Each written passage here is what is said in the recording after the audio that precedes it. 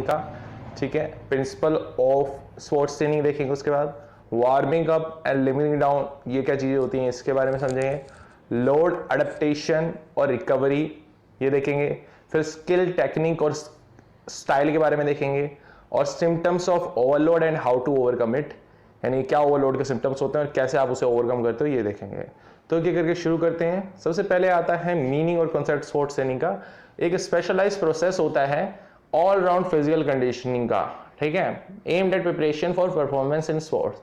कोई भी स्पोर्ट्स होता है उसमें क्या होता है, ऑल राउंड फिजिकल कंडीशनिंग की जाती है बॉडी की, ठीक है। डाइट, सब कुछ चीज़ें इंक्लूड होती है उसमें, एक्सरसाइज, वर्कआउट, जो भी चीज़ें आप करते हो, प्रैक्टिस, ट्रेनिंग। तो जिससे क्या होता है, आपकी प्रिपरेशन होती है परफॉर्मेंस के लिए स्पोर्ट्स के अंदर। इसको हम बोलते हैं स्पोर्ट्स ट्रेनिंग। इसके अंदर क्या जाता है, training, sports competition, special nutrition, खास तरह का nutrition, special rehabilitation treatments, assessment of performance capacity, psychological factors, basics चीज़ें हैं। अगर कुछ आपको डाउट है इसमें तो बता देता हूँ फिर भी। स्पेशल न्यूट्रिशन बेसिकली डाइट से रिलेटेड, क्या क्या डाइट में देना है, कुछ सप्लीमेंट्स ले रहे हैं या कुछ नहीं। स्पोर्ट्स कंपटीशन के टाइम पे प्रिपरेशन और स्पेशल रिहेबिलिटेशन ट्रीटमेंट, आप किसी कंडीशन में गए हो जहाँ से आपको अपनी हेल्थ रिकवर करनी है तो उसके लिए रिहेबिलिटेशन ट्रीटमेंट होते हैं, रिहेबिलिटेशन ट्रीटमेंट्स। और असेसमेंट ऑफ परफॉर्मेंस कैपेसिटी, क्या आपकी परफॉर्मेंस कैपेसिटी है उसके असेसमेंट करना, यानी उसके बारे में कैलकुलेशन करना। साइकोलॉजिकल फैक्टर्स, क्या साइकोलॉजिकल फैक्टर्स है जो बेसिकली प्ले करते हैं आपके साथ में, यानी कि माइंड के related factor. Systematic and regular process carried over a longer duration, ये क्या होता है, एक सिस्टम में काम होता है और ये लगातार चलता हुआ प्रोसेस होता है जो काफी टाइम तक चलता रहता है, लॉन्गर ड्यूरेशन के लिए। Based on scientific facts and successful practices, ये किस चीज पे बेस होता है, साइंटिफिक फैक्ट्स के ऊपर और सक्सेसफुल प्रैक्टिसेस के ऊपर।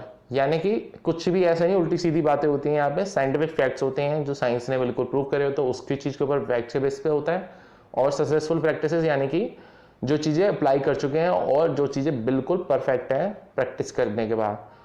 Basic form of preparation of sports person, basically हम कह सकते हैं कि ये बेसिक फॉर्म होती है प्रिपरेशन की स्पोर्ट्स पर्सन की। कोई भी खिलाड़ी होता है उसको जो भी स्पोर्ट्स ट्रेनिंग की जाती है उसकी बेसिक फॉर्म होती है ट्रेनिंग प्रिपरेशन की। इसके बाद आता है आपका स्पोर्ट्स ट्रेनिंग की definition. is a planned and controlled process in which for achieving goal changes in complex motor performance ability to act and perform, ठीक है। ये क्या होता है, प्लान, यानी कि बिल्कुल पूरा प्लान बनाकर एक कंट्रोल प्रोसेस होता है, सही तरीके से कंट्रोल प्रोसेस होता है जिसके अंदर गोल को अचीव करने के लिए हम क्या करते हैं, चेंजेस करते हैं कॉम्प्लेक्स मोटर परफॉर्मेंस में। यानी कि आपकी जो ट्रेनिंग होगी उसमें कॉम्प्लेक्स मोटर परफॉर्मेंस में हम काफी बदलाव करेंगे। Ability to act and perform, आपके किसी भी काम को करने की या किसी भी एक्टिविटी को करने की एबिलिटी और परफॉर्म करने की एबिलिटी, उस पर वर्क करेंगे। ये होती है स्पोर्ट्स ट्रेनिंग में सारा। स्पोर्ट्स ट्रेनिंग एक साइंटिफिक नॉलेज होती है और एक पैडागोजिकल प्रोसेस होता है स्पोर्ट्स परफेक्शन का, ठीक है। साइंटिफिक नॉलेज यानी कि आपको बताया मैंने, साइंटिफिक फैक्ट से भी नॉलेज होती है। और pedagogical process of sports perfection यानी कि सबसे बेस्ट तरीका होता है टीचिंग का स्पोर्ट्स के परफेक्शन के लिए, किस तरीके से आप स्पोर्ट्स में परफेक्ट हो सकते हो। Which through systematic effect on psycho physical performance ability, जो क्या करेगा, एक सिस्टमेटिक इफेक्ट डालेगा, सिस्टम के थ्रू इफेक्ट डालेगा आपके साइको यानी कि माइंड के लेवल पे और फिजिकल बॉडी के लेवल पे परफॉर्मेंस की एबिलिटी के ऊपर। And readiness aiming to top level, जिससे आपके अंदर क्या आएगी, आपके अंदर आप एक रेडीनेस आएगी ताकि आप एम कर सको टॉप के लेवल पे जाने के लिए, ठीक है। इसके बाद कुछ प्रिंसिपल्स होते हैं स्पोर्ट्स ट्रेनिंग के, कुछ नहीं 12 प्रिंसिपल्स होते हैं एक्चुअल में।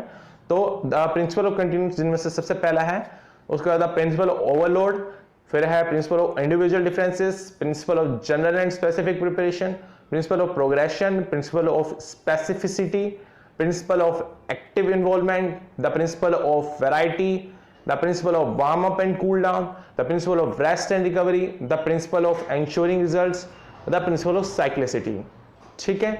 तो एक एक करके इसको देखते हैं। सबसे पहले आता है द प्रिंसिपल ऑफ कंटिन्यूटी, जो ट्रेनिंग होनी चाहिए वो कंटिन्यूस बेसिस होनी चाहिए, यानी कि लगातार चलती रहनी चाहिए, रुकना नहीं चाहिए। डिसकंटिन्यूटी अगर ट्रेनिंग करते हो तो उससे जो फिजियोलॉजिकल कैपेसिटीज है वो रिड्यूस हो जाती है। यानी कि आप जिम जा रहे हो और अगर रेगुलर जिम नहीं जाओगे, बेसिकली आपने एक दो दिन तो चलो चलता है, कभी कभार रेस्ट ले लिया, लेकिन अगर आप 5-6 दिन का गैप कर दो तो उससे क्या होएगा, आपका डिसकंटिन्यूटी की तो आपकी फिजियोलॉजिकल कैपेसिटी डिक्रीज हो जाएगी, जो इसके लिए आप वर्क कर रहे हो, इतनी मेहनत कर रहे हो, वो आपका रिड्यूस हो जाएगा। तो बेसिकली ये चीजें होती हैं। इसके बाद आता है second principle, the principle of overload. तो ओवरलोड क्या है, they should be greater than normal load on the body as required for training adaptation. Normal load से ज्यादा लोड डालना चाहिए, तभी आपकी ट्रेनिंग सही तरीके से हो पाएगी, ठीक है, तभी आपकी बॉडी के अंदर से ग्रो करेगी, ठीक है। जैसे कि बच्चा होता है, जब वो बड़ा हो रहता है जब तक उसके ऊपर रेस्पॉन्सिबिलिटीज नहीं आती वो और कैपेबल नहीं बनता है, ठीक है, और रेस्पॉन्सिबल नहीं बनता है। तो उसी तरीके से जब हम ओवरलोड डालेंगे किसी पर्सन के ऊपर, जब ट्रेनिंग कर रहे हैं उसके ऊपर ज्यादा ट्रेनिंग करवाएंगे, तभी उसकी बॉडी क्या होगी, ग्रो करेगी, उसमें ट्रेनिंग का फायदा होएगा।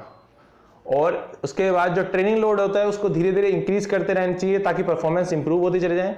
जो इफेक्टिवनेस होती है ट्रेनिंग की diminishes if training load is static. अगर ट्रेनिंग लोड क्या हो, स्टैटिक हो, फिक्स हो, तो क्या होगा, जो इफेक्टिवनेस है ट्रेनिंग की, जो हम ट्रेनिंग कर रहे हैं वो क्या हो जाएगी, डिमिनिश हो जाएगी, कम हो जाएगा, उतना ज्यादा अच्छे से ट्रेनिंग का फायदा नहीं होगा। For continuous improvement the training load should be increase after the adaptation of previous training load. Continuous improvement के लिए यानी कि लगातार इंप्रूव करते रहे बॉडी, इसके लिए करना चाहिए जो ट्रेनिंग लोड होता है उसको इंक्रीज करना चाहिए प्रीवियस ट्रेनिंग लोड। यानी कि आपने कोई एक्सरसाइज करी एक हफ्ते के लिए और आपकी क्या हो गई, बॉडी इंप्रूव, आपको लग रहा है कि अब आप उसके आदी हो चुके हो, आप उसको कर सकते हो इजिली, उसी समय आपको वो चेंज कर देनी चाहिए एक्सरसाइज, ताकि आपके पास नई एक्सरसाइज है, आप अपने मसल को शॉक दोगे, आप अपनी बॉडी को शॉक दोगे और फिर से आपको मेहनत करनी पड़ेगी। तो ये प्रिंसिपल ऑफ ओवरलोड होता है। The principle of individual difference. Principle of individual difference में क्या होता है, हर स्पोर्ट्स पर्सन अलग होता है, हेंस रिस्पॉन्स टू एक्सरसाइज और लोड वेराइज, ठीक है। जैसे कि एक दो इंसान है, दो लड़के हैं, वो गए हैं स्विमिंग सीखने के लिए, तो एक तो काफी फिट है, एक काफी ज्यादा मतलब लेजी है, थोड़ा मोटा भी है, तो दोनों स्विमिंग सीखने जा रहे हैं। तो दोनों को स्विमिंग सीखने में एक जो फिट वाला होगा वो काफी जल्दी सीख जाएगा स्विमिंग, और जो अनफिट है उसको सीखने में टाइम भी लगेगा और उसको दिक्कत भी काफी आएगी, ठीक है। तो ये इंडिविजुअल डिफरेंस का प्रिंसिपल होता है। इसके बाद आता है इसमें जो ट्रेनिंग प्रोग्राम होता है उसको हमें मॉडिफाई करना चाहिए इंडिविजुअल डिफरेंस को फॉलोइंग कंसिडरेशन में लेने के लिए, ठीक है, कि आपको ध्यान रखना चाहिए कि जो पर्टिकुलर बंदा अनफिट है उसके लिए हमें कुछ अलग तरीके से ट्रेनिंग प्रोग्राम बनाना चाहिए। और क्या कंसिडरेशन लेनी चाहिए, large muscles heal slower than the small muscles. जो बड़ी बड़ी मसल्स होती हैं, यानी कि बॉडी अगर बड़ी है किसी आदमी की, ठीक है, मैं यहाँ पे बात नहीं कर रहा हूँ मोटा नहीं कर रहा, मैं कह रहा हूँ बॉडी बड़ी है, यानी कि 6 फीट 7 फीट का आदमी है, तो उसकी मसल्स भी बड़ी होगी, तो वो क्या करेगी, धीरे धीरे हील करेगी, ठीक होने में टाइम लगाएगी स्मॉलर मसल्स के कंपैरिजन में। जो फास्ट ट्विच मसल फाइबर्स होती हैं जल्दी रिकवर करती हैं स्लो ट्विच मसल फाइबर से, ठीक है। मसल फाइबर के बारे में मैंने पहले ही पढ़ाया था। Women requires more recovery time. Women जो औरतें होती हैं इनको क्या चाहिए होता है, इन्हें ज्यादा रिकवरी टाइम चाहिए होता है, ठीक है। वुमेन होगी, गर्ल्स होगी, ज्यादा रिकवरी टाइम यानी कि ज्यादा रेस्ट की जरूरत होती है इन्हें। फास्ट और explosive movements require more recovery time. जो जल्दी और एक्सप्लोसिव मूवमेंट, आपको एकदम से आपने कोई पुश करी, एकदम से पावर के साथ में एकदम से अपने अंदर से पावर रिलीज करी, इसमें क्या चाहिए, ज्यादा रिकवरी टाइम चाहिए होता है, ठीक है। तो इसलिए आपको रेस्ट ज्यादा लेना पड़ेगा, इस तरीके की एक्टिविटीज हैं। Principle of general and specific preparation. General preparation serves as the base for specific preparation. एक जनरल प्रिपरेशन जो होती है वो क्या करती है, बेस की तरह सर्व करती है, ताकि यहाँ हम क्या कर सकें, स्पेसिफिक प्रिपरेशन, पर्टिकुलर कोई प्रिपरेशन कर सकें।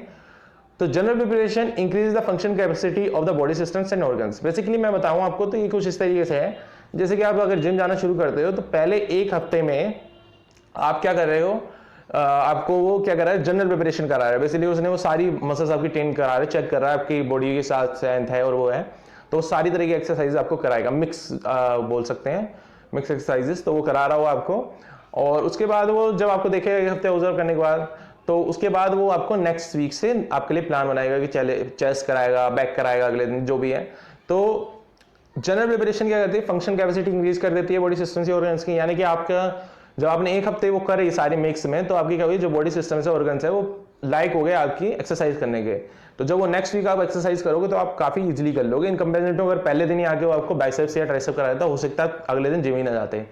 Specific preparation improve the systems and organs on which the performance directly depends.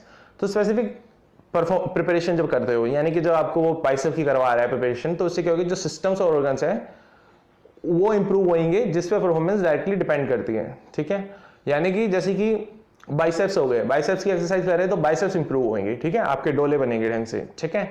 और अगर आप बैक की कर रहे हो तो बैक आपकी इंप्रूव होगी, बैक आपकी स्ट्रॉन्ग होगी। Speed improve through running will be beneficial in football. अगर आप स्पीड को इंप्रूव करते हो रनिंग कर करके, तो उसको क्या होगा, उसका फायदा होगा फुटबॉल में भी। ये एक तरीके का जनरल और स्पेसिफिक प्रिपरेशन का एक और एग्जांपल है। और उसके बाद यहाँ देख सकते हो आप कि जैसे ये सेकंड पे बॉल किक कर रहा है और वहां पे बॉल होल्ड कर रहा है, तो देखिए ये जो गोलकीपर है वो कहां से कहां चलता हुआ आया है, ठीक है। तो इसके थ्रू वो सीख रहा है कि किस तरीके से हम, मतलब इसमें आप देख सकते हो कि स्पीड का क्या इफेक्ट पड़ेगा इस फुटबॉल वाली गेम में, ठीक है। इसके बाद है द प्रिंसिपल ऑफ प्रोग्रेशन, ठीक है।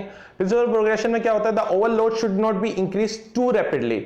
ओवरलोड इतनी भी तेजी से नहीं बनाना है कि आपने पहले उठाया, अपने ऊपर बकरी उठाई, उसके ऊपर अपने ऊपर भैंसा रख दिया और उसके बाद अपने ऊपर बहुत बड़ा सांड रख दिया, ठीक है। इस तरीके से ओवरलोड नहीं इंक्रीज करना चाहिए, आप खत्म हो जाओगे ऐसे। रैपिड इंक्रीज इन ओवरलोड में लीड टू इंजरी और मसल्स डैमेज। क्या होगा, अगर आप बहुत ज्यादा तेजी से ओवरलोड बढ़ाओगे तो इससे आपको चोटें लग सकती हैं, मसल्स डैमेज हो सकती हैं, यानी कि जो आप बनाने गए थे वही डैमेज करके आ गए। Emphasise the need for proper rest and recovery, और हमें जोर देना चाहिए जरूरत के लिए, जो आपको रेस्ट जरूरी है और रिकवरी की जरूरत है उस पर जोर देना चाहिए। इसके बाद आता है the principle of specificity. Principle of specificity बिल्कुल थोड़ा सिमिलर है, एक प्रिंसिपल जो पीछे से उसी से ये कहता है कि exercising a certain part of the body primarily develop that part, यानी कि आप पर्टिकुलर कोई पार्ट को करोगे उसकी एक्सरसाइज तो ये उसको प्राइमरली डेवलप करेगा। यानी कि जो रनर है उसको रनर ट्रेन कैसे होएगा, रनिंग से ट्रेन होएगा, स्विमर ट्रेन होएगा स्विमिंग से, साइकिलिस्ट है वो ट्रेन होएगा साइकिलिंग से, ठीक है। इसके बाद the principle of active involvement. Active involvement का प्रिंसिपल क्या कहता है, जो परफॉर्मेंस होती है वो रिजल्ट होती है sports person effort and coach skill, ठीक है। यानी कि जो परफॉर्मेंस होगी, एक तो स्पोर्ट्स पर्सन एफर्ट, ठीक है। इसके लिए भी जिम का एग्जांपल ले लेते हैं। एक पर्सन है वो जाके जिम में एक्सरसाइज कर रहा है, ठीक है, तो वो अपने एफर्ट डाल रहा है, और उसका जो कोच की स्किल है, यानी कोच किस तरीके से उसे गाइड कर रहा है, कोच किस तरीके की एक्सरसाइज उसे बता रहा है, इस दोनों के ऊपर ही परफॉर्मेंस डिपेंड करेगी। ना ही अकेला स्पोर्ट्स पर्सन कर सकता है, जो पर्सन गया है जिम में अकेले नहीं कर सकता वो एक्सरसाइज, ना ही कोच भी अकेले कर सकता है, दोनों का ही बराबर का वो होएगा, तभी परफॉर्मेंस बेस्ट निकल के आएगी। एक्टिव इन्वॉल्वमेंट कोच और स्पोर्ट्स पर्सन दोनों की जरूरी है, ठीक है, दोनों को उस चीज के लिए रेडी होना चाहिए। The principle of variety. Variety का प्रिंसिपल क्या कहता है, variety in the training programme helps to maintain the interest and motivation of the sports person. जब ट्रेनिंग प्रोग्राम में क्या होगी, वैरायटी होगी, यानी कि बहुत अलग अलग तरीके की जो प्रोग्राम होंगे, यानी कि अलग अलग तरीके की एक्सरसाइजेस होगी, इससे क्या मिलेगी, मदद मिलेगी, ताकि इंटरेस्ट को बना सके और मोटिवेशन बने रहे स्पोर्ट्स पर्सन की, जो भी वो एक्टिविटी कर रहा है उसके अंदर। Changing the nature of exercise, time of the day of the session, training group and the environment, यानी कि जो एक्सरसाइज का नेचर है उसको बदलते रहना चाहिए, या फिर टाइम और डे को बदलते रहना चाहिए सेशन को, ठीक है। जैसे कि आप अगर फुटबॉल खेलने सुबह जाते हो तो कभी शाम को जाना चाहिए। ट्रेनिंग ग्रुप और एनवायरनमेंट, जो आप जिसके साथ ग्रुप के साथ ट्रेनिंग करो वो चेंज बदलना चाहिए, उसके साथ किसी और के साथ करनी चाहिए, और एनवायरनमेंट किसी और जगह पे करनी चाहिए। तो ये सब चीजों से क्या होता है, वैरायटी रहती है, इससे इंटरेस्ट बना रहता है और मोटिवेशन मिलती रहती है स्पोर्ट्स पर्सन को। फिर आता है the principle of warm up and cool down. Warm up through low intensity activity increases blood flow to the working muscles and prepare them for high intensity sports, ठीक है। तो वार्म अप जो आप लो intensity activity का करते हो, यानी कि बहुत ही कम इंटेंसिटी एक्टिविटी, यानी कि बेसिक साइकिलिंग कर रहे हो या बेसिक ट्रेडमिल पे दौड़ रहे हो, ठीक है, तो इससे क्या होगा, आपका ब्लड फ्लो बढ़ेगा वर्किंग मसल्स का, और इससे आप हाई इंटेंसिटी स्पोर्ट्स के लिए तैयार हो जाओगे। और उसके बाद कूल डाउन होता है, जब आप एक्सरसाइज कर लेते हो तो ये मदद करता है ब्लड को वर्किंग मसल से वापस वाइटल ऑर्गन्स में बॉडी के ट्रांसफर करने में। इसके लिए आप कुछ स्ट्रेचिंग एक्सरसाइज कर सकते हो बिल्कुल एंड में, वर्कआउट के बाद में। Cool down also increase helps in removing the waste products in the body. और कूल डाउन किस चीज में मदद करता है, वेस्ट को रिमूव करने, वेस्ट प्रोडक्ट्स को रिमूव करने का बॉडी से हमारी, ठीक है। इसके बाद आता है, आप बेसिकली देख सकते हैं वार्म अप और कूल डाउन में यहाँ कंपैरिजन दे रखा है, जो भी चीज मैंने आपको बताई है उसको बस एक इमेज के थ्रू दिखा रखा है। अगर देखना चाहते हो इमेज के थ्रू तो देख सकते हो, ठीक है। मैं आगे बढ़ता हूँ। The principle of rest and recovery next आता है। इससे क्या होता है, body regenerates during rest and becomes better and stronger than before. जब आप एक्सरसाइज करके आते हो, कोई भी एक्टिविटी करके आते हो, तो आपकी बॉडी के अंदर क्या होती है, मसल्स ब्रेक डाउन होती है, बॉडी वर्क कर रखी होती है, बॉडी के ऊपर एफर्ट पड़ा होता है, जोर पड़ा होता है, तो जो भी बॉडी होती है, मतलब आप जाके रेस्ट जब करते हो तो वो रीजनरेट होती है, दोबारा से बनती है, जो मसल्स होती हैं वो दोबारा से डेवलप होती हैं और ज्यादा स्ट्रॉन्गर और बेटर बनती है, यानी कि पहले से ज्यादा स्ट्रॉन्गर और बेटर बनती है। Training programme should be plan to provide proper rest and interval between training activities. जो ट्रेनिंग प्रोग्राम होता है उसको क्या करना चाहिए, पहले से प्लान करके रखना चाहिए, ताकि आपको प्रॉपर रेस्ट मिल सके, आप हो या जिसके लिए प्रोग्राम बन रहा है, उसको प्रॉपर रेस्ट मिल सके और इंटरवल मिल सके ट्रेनिंग एक्टिविटीज के बीच में। ठीक है, ऐसा नहीं होना चाहिए कि बस ट्रेनिंग ट्रेनिंग ट्रेनिंग बीच में कोई रेस्ट के लिए आप टाइम ही नहीं दे रहे हो, तो वो भी दिक्कत है। ठीक है, दोनों चीजें ध्यान रखनी चाहिए।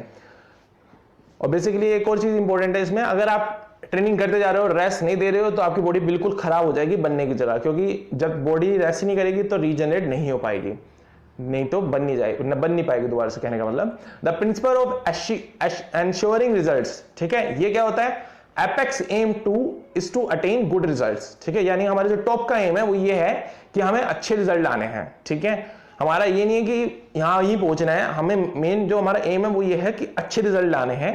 ठीक है, plan to guaranteeing good performance and maintain it for longer period. ठीक है, आपको कहना चाहिए एक प्लान बनाना चाहिए जिससे आपको बहुत अच्छी परफॉर्मेंस मिले और आप इसे ज्यादा टाइम तक के लिए मेंटेन कर सको। ऐसा नहीं आपने स्टूडेंट्स ले लिए कुछ टाइम के लिए, टेम्परेरी आपको तो वो मिल गया, टेम्परेरी आपको परफॉर्मेंस इंप्रूव हो गया, लेकिन आप काफी टाइम तक नहीं कर पाए और हो सकता है आपको हेल्थ रिलेटेड प्रॉब्लम्स भी हो जाए।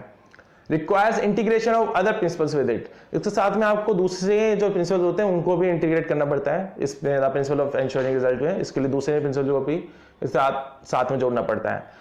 फिर आता है the principle of cyclicity. Last principle जो है, programmes are developed through various training cycles as macro cycle, mesocycle and micro cycle. ठीक है, तो प्रोग्राम्स को हम डेवलप करते हैं अलग अलग ट्रेनिंग साइकिल से, एक होता है मैक्रो साइकिल, एक मीजो साइकिल, एक माइक्रो साइकिल। जो मैक्रो साइकिल होता है वो लॉन्गेस्ट होता है, यानी कि सबसे बड़ा होता है, 3 to months ड्यूरेशन, 3 से 12 महीने तक चलता है macro cycle.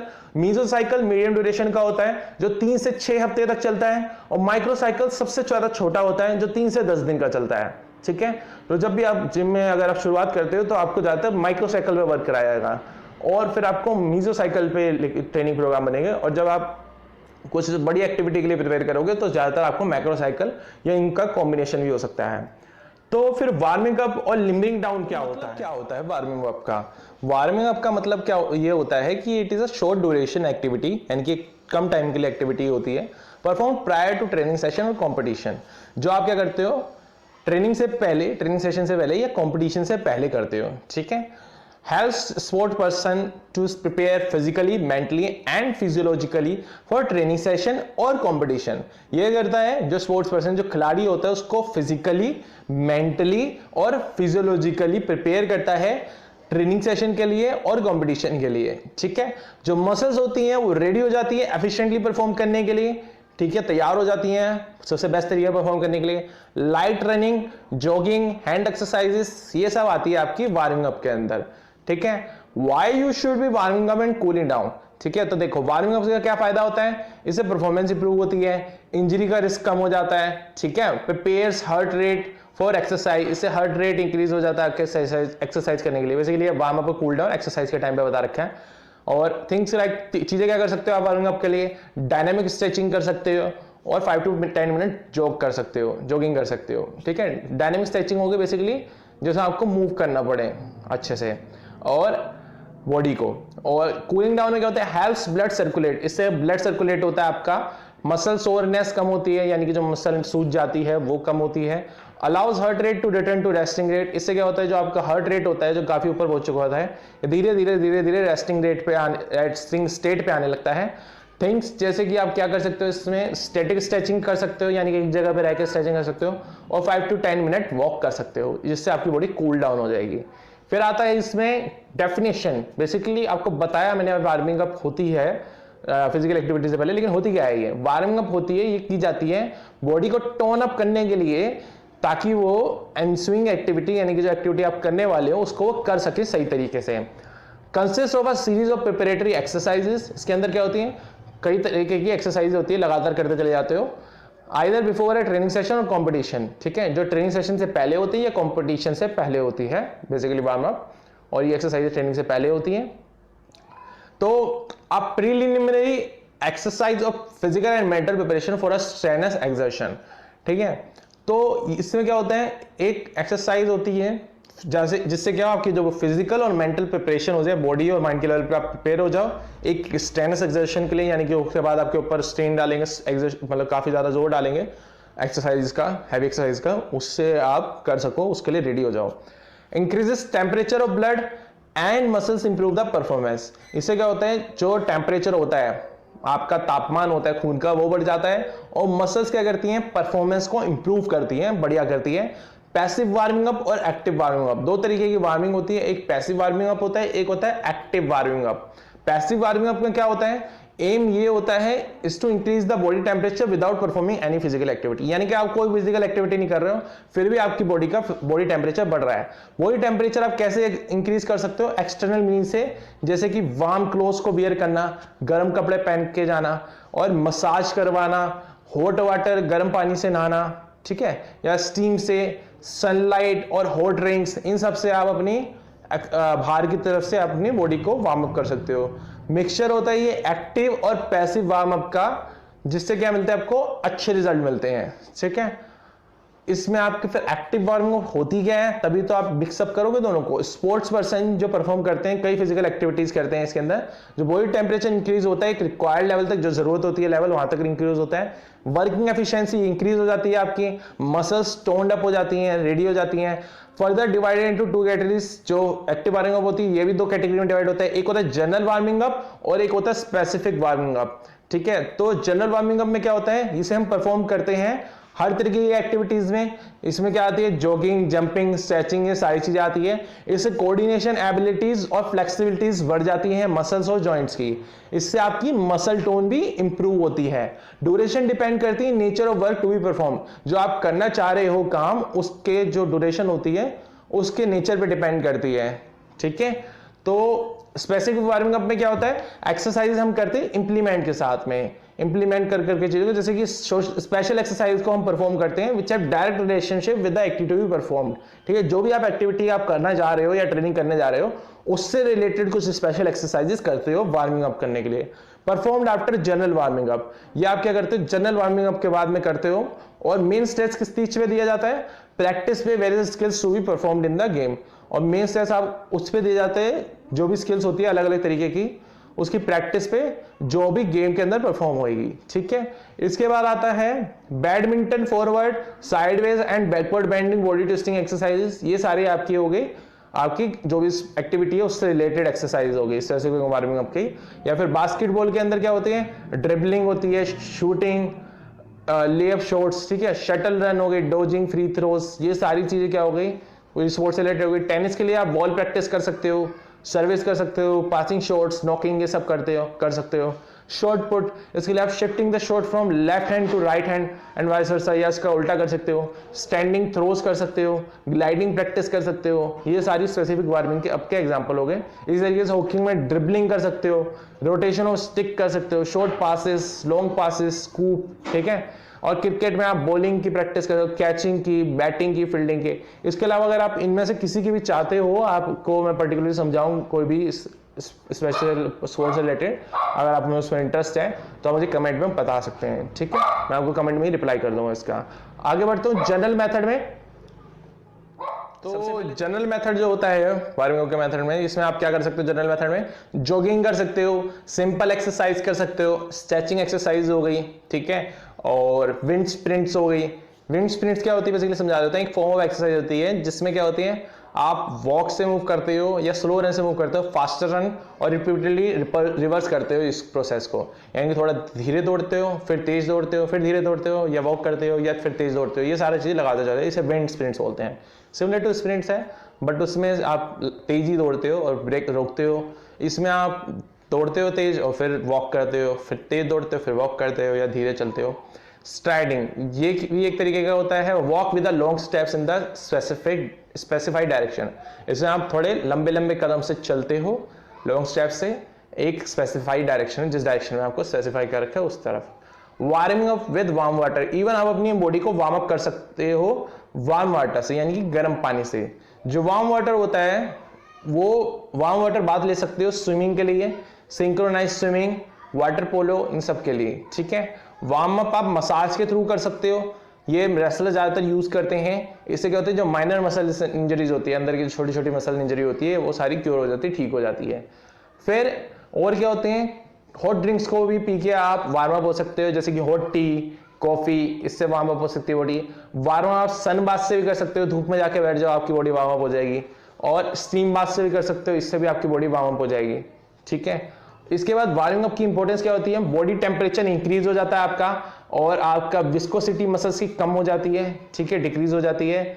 Increase basically viscosity होती है आपके अंदर जो ब्लड फ्लो करता है उसकी कैपेसिटी, तो ब्लड फ्लो नहीं मतलब ब्लड जो न्यूट्रिशन होता है कितनी तेजी से पहुंचा रहा होता है उस चीज को, ठीक है। तो इस वजह से जब आपका क्या कहते हैं विस्कोसिटी कम हो जाती है तो ब्लड आपके न्यूट्रिशन को ज्यादा पहुंचाने लग जाता है। Increases the speed of nerve impulses, जो स्पीड होती है नर्व इंपल्सेस की तेजी वो भी क्या हो जाती है, बढ़ जाती है। और decrease the resistance in muscle capillaries, जो रेजिस्टेंस होता है मसल कैपिलरीज में वो भी कम हो जाता है, यानी कि ब्लड इजीली पहुंच सकता है मसल्स तक। इससे increase the speed of transfer of oxygen and fuel to tissues, जो स्पीड होती है ऑक्सीजन की पहुंचने की और फ्यूल की पहुंचने की टिश्यूज तक वो भी बढ़ जाती है। मेटाबॉलिक रेट बढ़ जाता है, एंजाइटी और टेंशन भी कम हो जाती है, रिड्यूस हो जाती है। फिर आता है और क्या होते हैं इसमें, enhances cooling efficiency, cooling efficiency बढ़ जाती है क्योंकि जब आप बहुत ज़्यादा वर्कआउट करते हैं तो आप एकदम से बॉडी ठंडी भी होती है स्वेट रिलीज होने के बाद, स्वेट रिलीज होने से। Reduce the blood lactic acid, जो ब्लड के अंदर लैक्टिक एसिड होता है वो भी कम हो जाता है। और वार्मिंग अप से क्या होता है, आप इंजरी चोट भी अवॉइड कर सकते हो। स्पीड मसल्स की इंक्रीज हो जाती है, फ्लेक्सिबिलिटी इंक्रीज हो जाती है, स्ट्रेंथ इंक्रीज हो जाती है, एंड्योरेंस इंक्रीज हो जाती है। देख सकते हो आप कितने कमाल के फायदे होते हैं वार्मिंग अप के। फिर आता है और भी इसके फायदे होते हैं, आप रुकिए मत, बस आप देखते ही जाइए। Increase explosive power, explosive power भी बढ़ जाती है आपकी, आप बहुत ज़्यादा पावर से काम लगा सकते हो एक्सरसाइज करते समय या कोई भी एक्टिविटी करते। स्पेसिफिक स्किल्स भी इंप्रूव हो जाती है आपकी। न्यूरोमस्कुलर कोऑर्डिनेशन भी इंप्रूव हो जाता है, यानी कि आपका हैंड आई कोऑर्डिनेशन इंप्रूव हो जाता है। और improve the level of performance, performance का लेवल भी ज़बरदस्त हो जाता है। रिएक्शन टाइम भी कम हो जाता है, डिक्रीज हो जाती है, आप जल्दी रिएक्ट कर सकते हो। ब्रिंग सेकंड विंड मोर रीडली, ठीक है, यानी कि सेकंड विंड आप बहुत आसानी से ला सकते हो। सेकंड विंड मैंने आपको बहुत पहले बताया था किसी वीडियो में। तो सेकंड विंड में बेसिकली ये होता है कि आपको दोबारा से ब्रेथ लेके कोई भी एक्टिविटी को कंटिन्यू कर सकते हो चाहे आप कितने थके हुए हो, ठीक है, ये सेकंड विंड होती है, तो ये आसानी से आ सकेगी। और फिजियोलॉजिकल बेसिस क्या होता है वार्मिंग अप का, तो बॉडी टेम्परेचर इंक्रीज होता है, तो बॉडी और मसल टेम्परेचर इंक्रीज हो जाता है। रिसर्च ये शो करती है वार्म अप मसल्स से क्या होती है, परफॉर्मेंस इंप्रूव होती है। और स्पीड जो होती है मसल्स की वो कॉन्ट्रैक्ट और रिलैक्स होने की वो ही बढ़ जाती है। जो फोर्स होता है कॉन्ट्रैक्शन का, यानी कि दबाने का, मसल्स को दबने का, वो भी इंक्रीज हो जाता है। Risk of tearing of muscle fibre भी रिड्यूस हो जाता है, यानी कि मसल फाइबर कम फटती है, उसका खतरा कम हो जाता है, ठीक है। इसके बाद decrease the viscosity of muscles, अब यहाँ पे समझ लीजिए ध्यान से। When an inactive muscle is stimulated repeatedly, जब आप क्या कर रहे हैं, एक इनएक्टिव मसल जिसपे बहुत टाइम से वर्क नहीं हो रहा है उसको आप स्टिमुलेटेड रिपीटेडली, यानी कि लगातार उस पर आप उसको वर्किंग में ला रहे हो। The first few contraction are small, पहली जो कॉन्ट्रैक्शन होगी वो कम होगी एंड इरेगुलर, लेकिन वो सही नहीं होगी। और रिलैक्सेशन इनकम्प्लीट होगी, यानी कि सही तरीके से रिलैक्स नहीं हो पाएगा। जो लेटर कॉन्ट्रैक्शंस क्या होगी, रेगुलर होगी, यानी सही तरीके से होगी, और रिलैक्सेशन कंप्लीट होगी। रेट मस्कुलर कॉन्ट्रैक्शन रिलैक्सेशन का वो फास्ट हो जाता है, यानी कि तेज हो जाता है और एफिशिएंट हो जाता है। रिस्क जो होता है वियर और टियर ऑफ मसल का और लिगामेंट का, ये भी कम हो जाता है, यानी कि मसल्स टूटने का, लिगामेंट टूटने का जो रिस्क होता है, खतरा होता है, वो कम हो जाता है, ठीक है। और इससे क्या होता है, स्पीड आपकी नर्व इंपल्सेस की बढ़ जाती है, जिससे क्या होते हैं आपकी इंप्रूव होती है और शार्पन होती है रिएक्शन टाइम स्पोर्ट्स पर्सन की। और डिक्रीज हो जाता है रेजिस्टेंस मसल्स कैपिलरीज का। इससे क्या होता है, रिसर्च स्टडीज ने शो किया है कि जो वार्मिंग अप होती है इससे रेजिस्टेंस डिक्रीज हो जाता है मसल कैपिलरीज का। बेसिकली सेम चीजें ही हैं, जो आपको कुछ नया दिखेगा मैं आपको बता दूंगा। Increase the speed of transfer of oxygen and fuel to tissues, इस ये होता है क्योंकि जो ब्लड फ्लो हो जाता है मसल्स में थ्रू वो बढ़ जाता है, क्योंकि स्मॉल ब्लड वेसल्स डायलेट हो जाती हैं, यानी कि बड़ी हो जाती हैं, जिससे उसमें ज़्यादा अच्छे से ब्लड फ्लो होता है। मेटाबॉलिक रेट इंक्रीज हो जाता है, जब मेटाबॉलिक रेट बढ़ेगा तो एनर्जी लेवल ही बढ़ जाएगा। अगर बॉडी टेम्परेचर 0.5 डिग्री सेल्सियस से बढ़ेगा तो मेटाबॉलिक रेट इंक्रीज कर जाएगा 7% से, ठीक है। और reduces the blood lactic acid, blood lactic acid को भी कम करता है। हार्ट रेट और कंजम्पशन ऑक्सीजन की जो होती है वो डायरेक्टली रिलेटेड होती है मसल टेम्परेचर से। हाई टेम्परेचर पे लैक्टिक एसिड रिड्यूस हो जाता है, यानी कि कम हो जाता है। वर्किंग कैपेसिटी भी बढ़ जाती है। फिजियोलॉजिकल एडेप्टेशन की वजह से जो कैपेसिटी होती है फिजिकल वर्क करने की वो इंक्रीज हो जाती है, बढ़ जाती है। जितने भी हमारे सिस्टम्स होते हैं बॉडी के वो एफिशिएंट हो जाते हैं अपने रिलेटेड वर्क को करने के लिए, ठीक है। और गाइडिंग प्रिंसिपल्स क्या होते हैं वार्मिंग अप के, सबसे पहले सिंपल टू कॉम्प्लेक्स, ठीक है। मतलब सिंपल से आपको शुरुआत करनी चाहिए, कॉम्प्लेक्स में जाना चाहिए। एक्सरसाइज करनी चाहिए हमें हर पार्ट्स के लिए बॉडी के। स्ट्रेचिंग और लूजनिंग एक्सरसाइज को इंक्लूड करना चाहिए इसमें भी। इंटेंसिव होनी चाहिए, इतनी कि आपके बॉडी टेम्परेचर को इंक्रीज कर सकें, इतनी भी नहीं, हल्की फुल्की होनी चाहिए कि कुछ भी ना हो। Warming up should be according to age and sex, age और सेक्स के हिसाब से होना चाहिए कि मेल फीमेल है या क्या एज है, बच्चा है, बड़ा है, बूढ़ा है। और warming up should be according to the activity of sports, किस तरीके की स्पोर्ट की एक्टिविटी है उसके हिसाब से भी होना चाहिए। और concern movement of the game should be included, ठीक है, जो भी आपकी गेम की मूवमेंट है कंसर्न, वो भी इंक्लूड होनी चाहिए वार्म अप के अंदर। Warming up should be done at exact time, ये एक एग्जैक्ट टाइम होना चाहिए, उससे ना ज्यादा ना कम, और एक पर्टिकुलर टाइम पे होना चाहिए फिक्स आपका रूटीन में। मीनिंग ऑफ लिम्बरिंग डाउन, अभी हमने वार्मिंग अप तो पढ़ लिया, अब लिम्बरिंग डाउन क्या होता है, यानी कि कूलिंग डाउन और warming down after a competition, अपनी बॉडी को ठंडा करना या वार्म डाउन करना, मतलब टेम्परेचर कम करना कंपटीशन के बाद में। Allows the body to transit gradually from an exertional state to a resting state, इसमें कहते हैं अपनी बॉडी को एक एक्सर्शनल स्टेट, आपने बॉडी पे इतना जोर डाला, उससे रेस्टिंग स्टेट में लाने देते हैं, आने देते हैं। नेसेसरी एक्टिविटी आफ्टर ट्रेनिंग, जो जरूरी एक्टिविटी होती है ट्रेनिंग के बाद में वो करते हैं। इन्वॉल्व्स आ स्पेसिफिक, मतलब नेसेसरी एक्टिविटी यही है लिम्बरिंग डाउन, अपनी बॉडी को कूल डाउन करना है ट्रेनिंग के बाद, एक बहुत जरूरी एक्टिविटी है। Involves a specific procedure to bring the body to normal state, इसमें खास तरीके का प्रोसीजर होता है जिस तरीके से हम बॉडी को नॉर्मल स्टेट पे लाते हैं। वॉकिंग और जॉगिंग कर सकते हो आप 5 से 10 मिनट, और स्टैटिक एक्सरसाइज कर सकते हो 5 से 10 मिनट, इससे आपकी बॉडी कूल डाउन हो जाएगी। अब स्टैटिक स्ट्रेचिंग एक्सरसाइज क्या कर सकते हो आप लिम्बरिंग डाउन के लिए, यानी कि बॉडी को कूल डाउन करने के लिए, हैमस्ट्रिंग्स हो गई, चेस्ट हो गई, ग्लूट्स हो गई, क्वाड्राइसेप्स हो गई, ट्राइसेप्स हो गई, शोल्डर्स हो गई, ठीक है, ये एक्सरसाइज आप कर सकते हो कूल डाउन करने के। इसमें भी बहुत हैवी एक्सरसाइज नहीं करनी है, सिंपल एक्सरसाइज करनी है आपको। इंपॉर्टेंस लिम्बरिंग डाउन की, यानी कि क्या जरूरी होते हैं, क्यों जरूरी होते हैं बॉडी को कूल डाउन करना। बॉडी टेम्परेचर बिकम नॉर्मल, इससे बॉडी टेम्परेचर नॉर्मल हो जाता है। प्रॉपर रिमूवल होता है वेस्ट प्रोडक्ट्स का, यानी कि जो वेस्ट प्रोडक्ट्स होते हैं वो प्रॉपर्ली रिमूव हो जाते हैं बॉडी से। टेंशन डिक्रीज होती है, चांसेस डिजीनेस और फेंटिंग के रिड्यूस हो जाते हैं, यानी कि आपको चक्कर आने के चांसेस और आपको बेहोश होने के चांसेस कम हो जाते हैं। Supply of dizziness, supply of oxygen, oxygen की सप्लाई बढ़ जाती है। और decreases in the level of adrenaline in the blood, ठीक है, जो लेवल होता है एड्रेनलिन का वो भी बॉडी में ब्लड में कम हो जाता है, जिससे आप रेस्ट स्टेट पे आ जाते हो। Muscles do not remain stiff, muscles stiff नहीं रहती, स्ट्रॉन्ग, मतलब बिल्कुल सख्त सी नहीं रहती। Heart rate returns to initial state, heart rate भी इनिशियल स्टेट में जैसे पहले होता है वैसे ही हो जाता है।